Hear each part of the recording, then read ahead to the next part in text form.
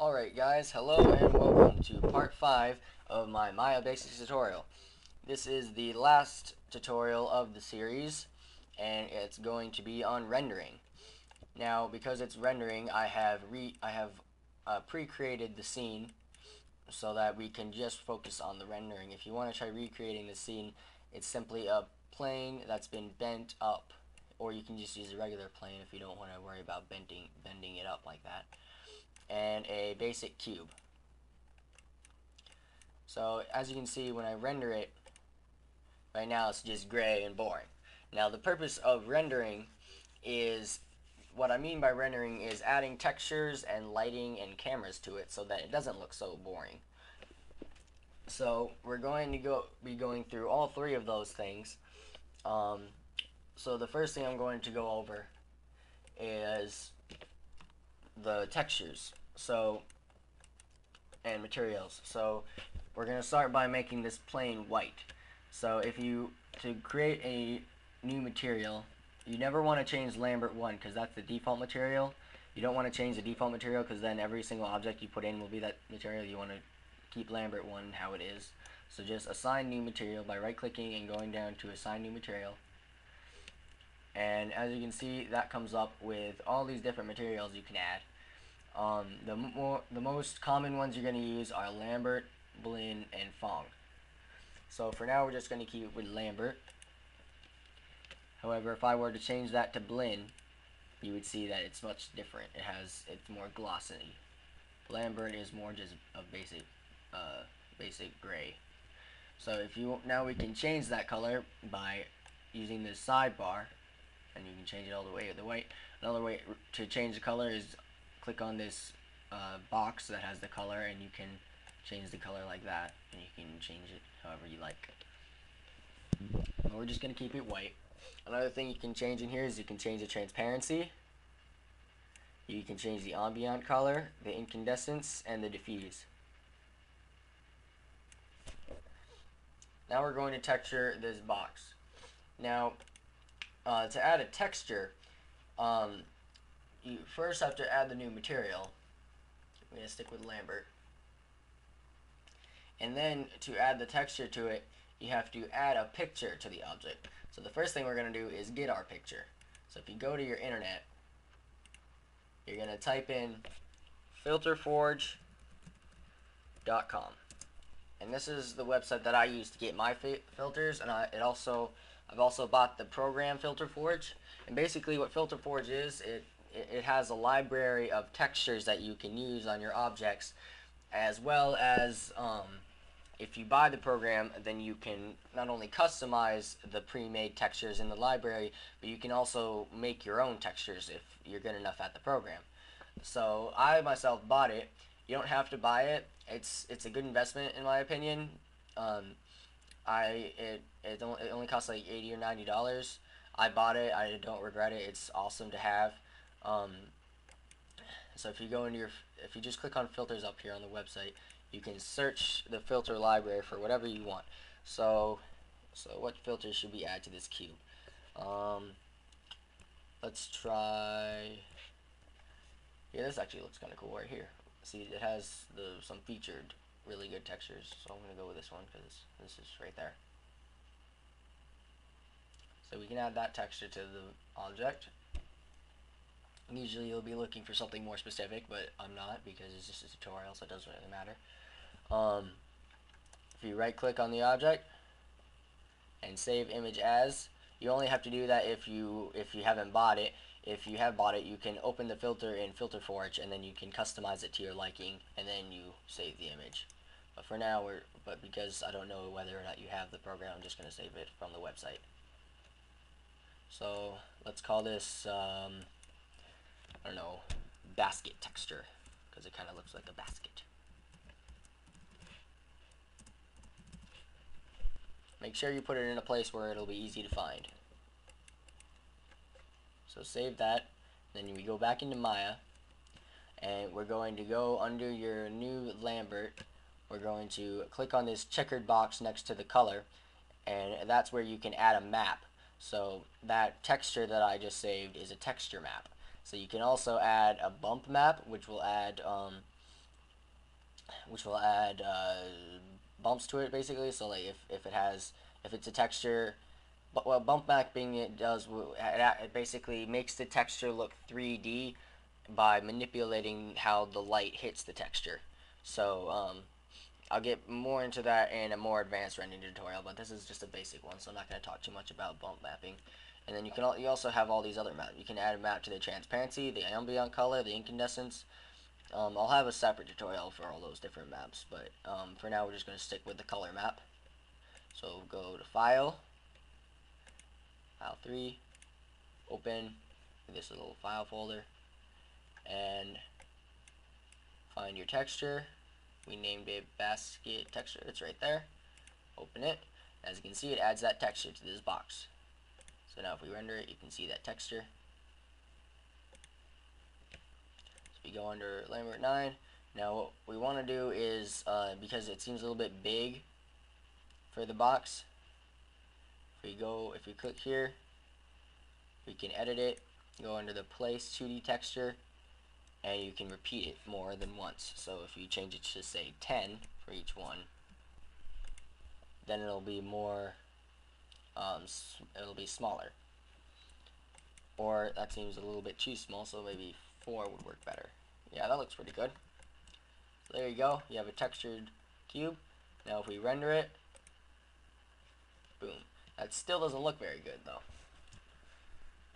So what we're going to do, so in order to show you lighting and cameras, I'm going to get away from the textures for a second because it's easier to do this with just basic color to do lighting and things, or at least to show you how to do it. I'm going to delete this cube and create a new sphere.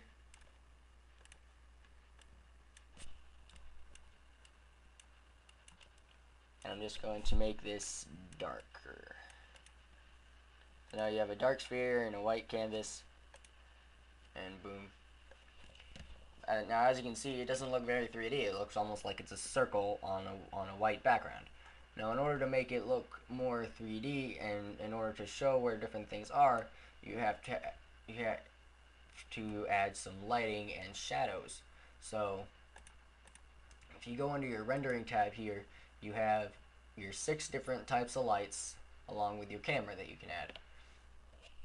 So if we pick one of these lights, we're going to start with, say, the point light.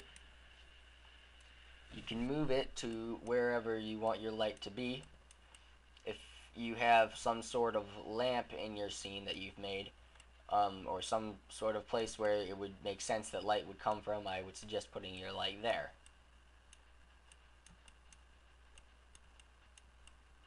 And the point light just gives a very basic light from that point.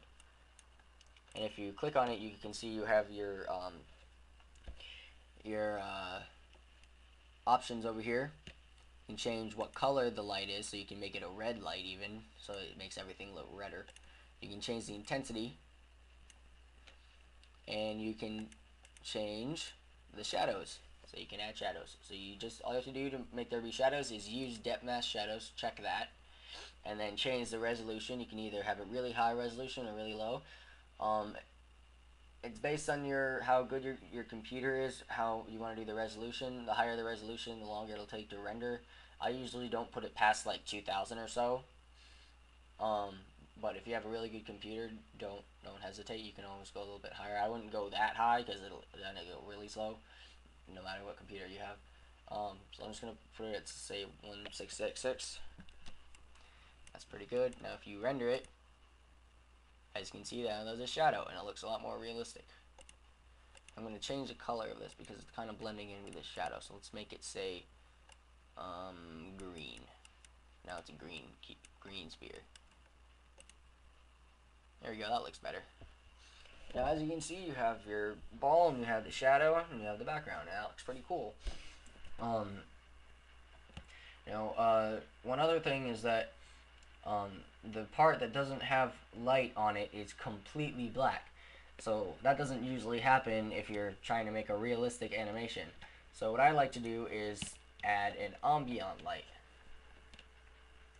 So if you go over here, it'll find the sun with nothing, no inner part. That's the ambient light. So if you add that in, lower the intensity a little bit so it's not as intense as the other light. Make it say 0.5 around. Yeah, that's better. Now you can, now it's easier to see the ball. And you can also add another point light because maybe there's more than one light in your scene, which is common. So just Control D, and you have another light, and that'll show two different shadows. As you can see, you got two different shadows. If I look at that from above, you can see it better. See, there's a shadow here and a shadow here, and the part where in between the shadows is where it's the darkest. So that's lighting. You also have, if I delete these, you also can add a spotlight, which is the flashlight looking thing. Or if you have a very large scene, you can add an area light. And then you also have your volume light, which creates a light that only illuminates a very specific area of the scene. So if you want the point light, it will go out to the rest of the most of the rest of the scene. It doesn't really have a limit. It does get less light the farther it goes, but it's basically the only reason it's got a certain point is to show where the shadows are coming from. So if you want a very specific area of your scene to be lit and the rest to be dark, you can use your volume light. And then spotlight pretty much speaks for itself. If you bring it up, you can see it's got this, which shows you where it's going to be pointing. And to change that, you can simply rotate it.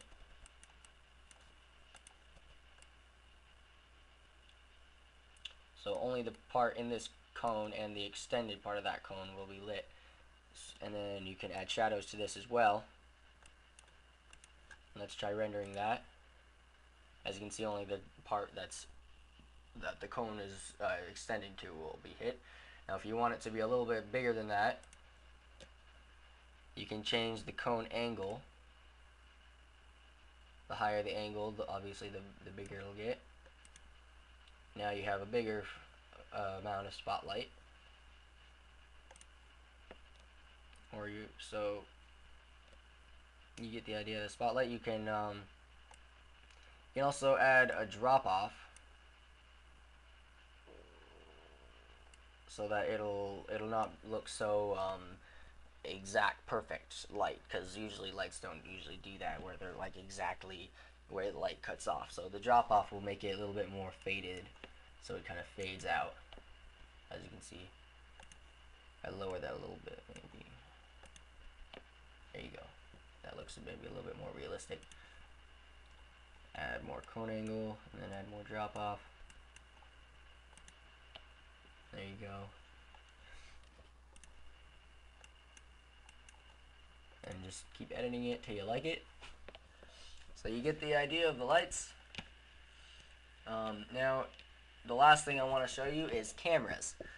So the purpose of a camera, the main purpose of a camera is to be able to, just like an actual movie, you can change where, what the viewer can see. So if you add a camera in, the difference between using a camera and a perspective and just rendering the perspective would be that you can animate where the camera moves, and you can switch the camera's location instantaneously. So if I were to go into panels, perspective, camera 1, now I'm looking through the camera. So in order to animate it, all I have to do is first get a good starting area,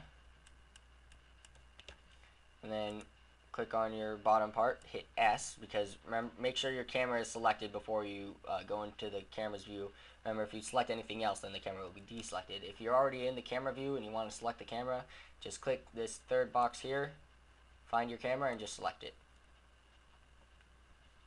But then you're going to have to go back, because this will put you in your perspective view, so you got to make sure to go back into your camera. So now I'm in the camera view. The thing is set. So say I wanted the camera to revolve around the sphere. So now I'm on frame 10. I can just rotate. Now it'll revolve around the sphere. Hit S. So now if I go through it, as you can see, the camera's animated, so it's moving now.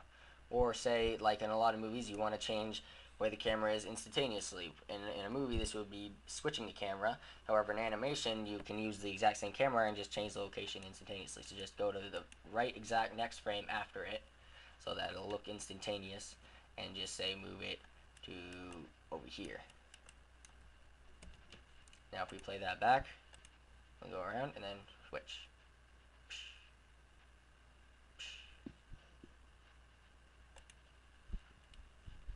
So you get the idea of that.